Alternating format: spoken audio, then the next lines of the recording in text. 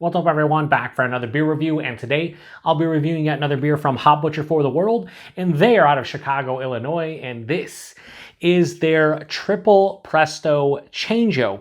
So this is a Simcoe and Mosaic hopped triple IPA that comes in 10.5% alcohol by volume. No IBUs listed. Time of review, this can is just under 6 weeks old. So recently, my favorite bottle shop of choice here in the Buffalo, New York area, brewed and bottled in Lewiston, New York, got 4 different offerings in from Hop Butcher, and I wanted to review a couple of them, so I shot a message over to Jeremiah at Hop Butcher, and I was like, hey, these 4 showed up, which 2 should I review? And he chose Cali Cool, which you'll see a review of that about a week before this one, and also this one. And I thought it was interesting because Presto Change-o, for me, is, I don't want to say my least favorite Hop Butcher beer, because it's not, but back when they first started sending me beers in like 2020, it was one of my least favorite back then. There was this astringent, almost booziness that I got out of it. And the regular Presto Change-o is 7.5%. So it was a little bit strange getting booze in a 7.5% Hazy Double IPA. However, I'm always open to trying stuff out. And this is the triple version, Simcoe and Mosaic hop. Let's see. Hopefully I enjoy it more than the regular. Now the regular, I say I didn't really enjoy it. I gave it a 3.9. Still a solid, damn enjoyable beer. It's just, I know what Hop Butcher's capable of, and it just wasn't on that level for me personally, and we're all different. So got the hashtag proper glassware. We're going to give it a pour here, see how this is. So that is 100% the juice that you, oh, hang on now. Hang on. Ooh, I might have to bring out the Bounties Ring Air Parade. I probably should have pushed this down, huh? I've been doing better with it, like pushing down the edges of it when I pour it. However, I didn't do a better job this time around with this, huh? Something like that. So I'm going to get the paper towels. It's been a little while, a couple weeks. Get the paper towels out, though. Why not? Didn't even get on the table, but we got the paper towels out.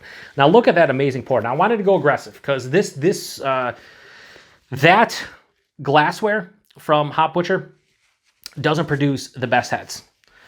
Usually when I pour it in there, I do it a little bit slower, and therefore so I wanted a bigger head. So that's what we got here. So in the hashtag proper glassware, how does it look? Probably stupid. Yeah, it looks a little bit stupid. So we got 3 fingers of this crazy creamy head that's like almost like a light khaki color. The base of the beer, more of that honey orange, darker, almost old school other half vibe from, their bigger Imperial IPAs and their triple IPAs kind of look like that murky turbid, but like a darker honey orange. Hold it up to the light. Yeah, you can't see anything through. I'll show you, a better look of it.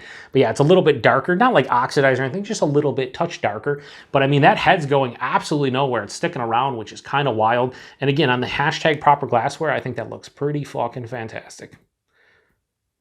Excuse me. Yeah, I think that looks great. Anyway, let's get a nose. Wow. Holy shit. All right, listen. Whatever I said about the original Presto Change-o, throw that shit out the fucking window. This smells like sweet candied blueberry. How the fuck did I spill it down the sides of this? How is this leaking? I guess I spilled down the sides. I don't understand how that's leaking down the sides. Yeah, candied blueberry. This is old school Mosaic blueberry for sure. Oh my God. There is a nice like orange, grapefruit, citrus kind of character. It's sweet, it's juicy, a little bit of like a pithy kind of feel in the nose. Definitely pineapple, but not crushed pineapple. I did look back at my review of Presto Change-o, and I did say the same thing, not crushed pineapple. I think I said like under-ripened pineapple. I said orange and under-ripened pineapple. I don't remember saying much about the berry. This is berry through and through. However, it's 10.5, and there is a little bit of astringent booziness. Now listen, nowadays, so many breweries are doing a great job at hiding ABVs at bigger ABV ranges, like 8, 9, 10. They taste like 6, 7, 8, right? This definitely smells like a big Imperial / double / triple IPA. It's boozy, slightly astringent in the nose, but I love that candied blueberry character. The orange, the grapefruit's fantastic. The pineapple, maybe even a touch of like a passion fruit. And then there's this nice dank, kind of like resinous, almost slightly pine quality. It doesn't smell overly sweet like a lot of triple IPAs can. Hop Butcher, hit or miss in terms of the sweetness for the triple IPAs. Some have been crazy sweet, some have been dialed into perfection. This is kind of in between. It has a little bit more sweetness than maybe I'm accustomed to from like a perfect triple IPA from them, but not as sweet as some. This smells fucking awesome. Awesome with a little bit of astringent booziness. Let's get into it. Cheers, everybody.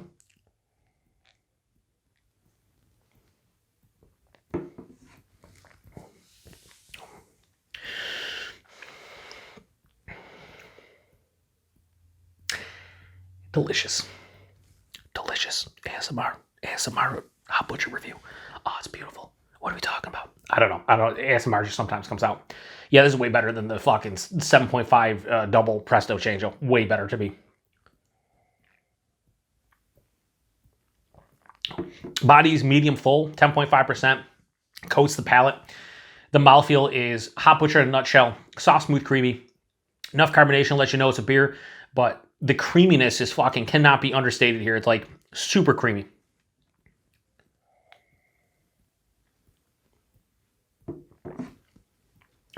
It's fucking delicious. The taste is a lot of that candied blueberry for me.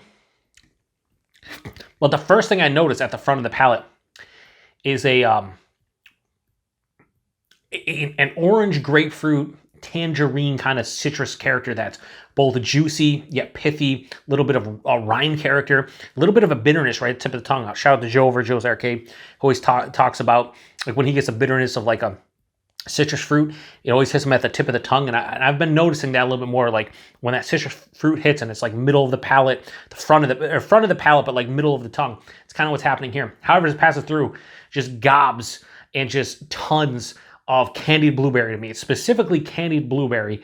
I don't know if you'd say something outside of blueberry in terms of the berry character, like if you said like, you know, red berry or like a nondescript berry of some sort. For me, it's specifically candied blueberry. There's a little bit of that, I'd say ripened pineapple in the taste. Touch of passion fruit. A little bit of a peachy character too in the taste that wasn't in the nose. Lots of fruit going on in this one. It is definitely sweeter, but like I said, it's not that perfection sweetness that Hop Butcher has dialed in for some of their triple IPAs, and it's also not that over-the-top cloying sweetness that a couple of their IPA or triple IPAs have had. It's kind of in between where a lean sweeter than the perfection ones, but not as sweet as the cloying ones. So this has like a 60 to 40 sweetness to dryness. There's a very mild bitterness here. There's not a lot of bitterness going on, but it's not extremely balanced, but it's balanced enough for me personally. The finish is this dank, slightly herbaceous, kind of resinous pine quality. Again, not over the top, and more of like a mildly to touch over mildly bitter character. But I do like that non-fruity hop feeling or vibe that's giving me the dankness, the herbaceousness, and that resinous pine. Again, firmly dry, but not overly bitter. Again, sweet, but not over the top. Now, 10.5%. Here's where this beer wins me over compared to the base. The base, 7.5%. I said it was astringent. It was boozy, which I didn't get. This is not boozy. It's not astringent. Like two completely different beers in that regard. It's still very similar. The thing I remember about that beer compared to this one, didn't have as much as this candied blueberry or berry character. And again, more astringent and bitter. Everything else seems kind of very similar. This is just a much better beer. It's 10.5% triple IPA. You'd be like, oh, it should be better than a double. Not always. That's not always the case. There's a lot of things that can go. Here's the thing about triple IPAs. There's a lot of things that can go wrong with them. Too sweet, too boozy, just too much. And this doesn't have it. And that's saying something because the body and the mouthfeel are thick. It's viscous. It coats the palate. You can tell it's a big beer. But there is no booziness to me. And there's no astringency. And that's kind of where this one wins me over. I'm glad that Jeremiah recommended this one because I'll be honest with you, if he didn't say, I was going to pick up the Cali Cool, unless he was like, stay away from Jeremiah, it's his beer. He's going to tell me what he enjoys. I didn't love the Cali Cool. I gave it a 4 out of 5. I thought it was a well-made, West Coast IPA. I need a little bit more bitterness, maybe a little bit more just overall intensity to it. But I probably wouldn't have picked this one up based on my experience with the regular Presto Change-o. And I'm glad he recommended it because this is fucking divine.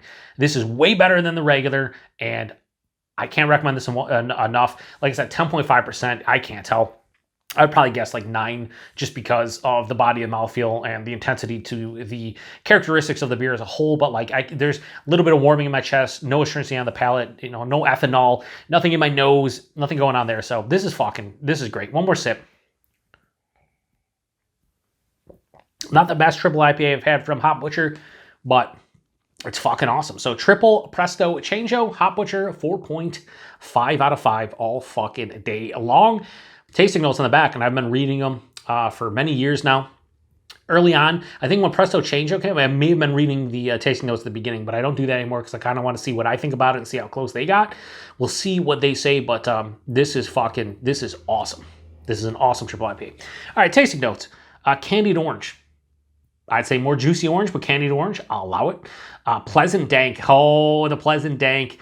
Because I haven't been drinking a ton of Hop Butcher in the past year, I always forget pleasant dank, but that kind of sums up this beer. That's like the most proper tasting note they could have said about this one, pleasant dank. Because it is a pleasant dank, herbaceous kind of like resinous quality. So they're nailing that one. And then a berry melange. Okay, so they're saying a bunch of different berries. You could say, you know, blueberry, red raspberry, fucking strawberry, whatever. I would just say, if it would say juicy orange, pleasant dank, and then candied blueberry, I would have fucking nailed it all, but I didn't. But I think their tasting notes are quite spot on, just in a different way. So price point availability. So Chris over at Brewed and Bottled has competitive pricing.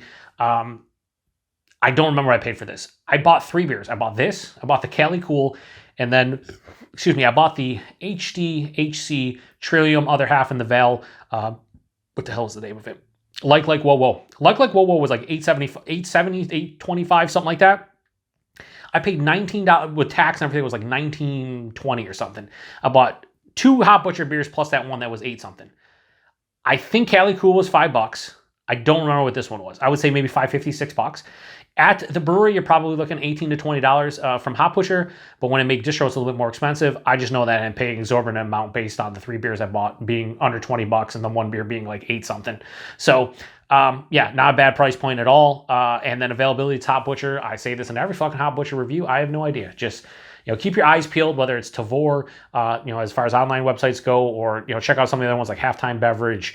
What's the other one? Craft Shack out west. I mean, there's a lot of online stores that get their stuff, but look locally, especially if you're in a somewhat bigger city. You can get some of their stuff here in Buffalo. We get them occasionally. And yeah, I'm going to shut this one down. So huge thanks to Jeremiah for the recommendation. Huge thanks to Chris over at Brewed and Bottled for, you know, getting Hop Butcher stuff. I never would have thought in a million years when Hop Butcher started sending me stuff back in 2020, I think it was. Maybe it was 2019. I think it was 2020. I would have never thought in a million years that we would see distro of their stuff here in Buffalo. And it's so cool. And it's awesome that Jeremiah to this day still supports beer tubers. Such a good dude. Very, very busy with their you know, new tap room the last couple of years. They're killing it out there. So yeah, I can't recommend Hop Butcher stuff enough. And again, not only because they've sent me stuff and they've supported the channel over the years, they generally make fantastic hazy beer, but fantastic beer in general, but their hazy beer is where they kill it. And this is a prime example of them killing a triple IPA. Not boozy, not overly sweet, fucking delicious. So yeah, anyway, I'm going to shut this one down. If you've had this one before, post in the comment section. Let me know what you thought about it. 100% better than the regular Presto Change-o for myself personally. If you disagree, I'd love to hear about it. So I'm going to shut this one down to the next one. Cheers.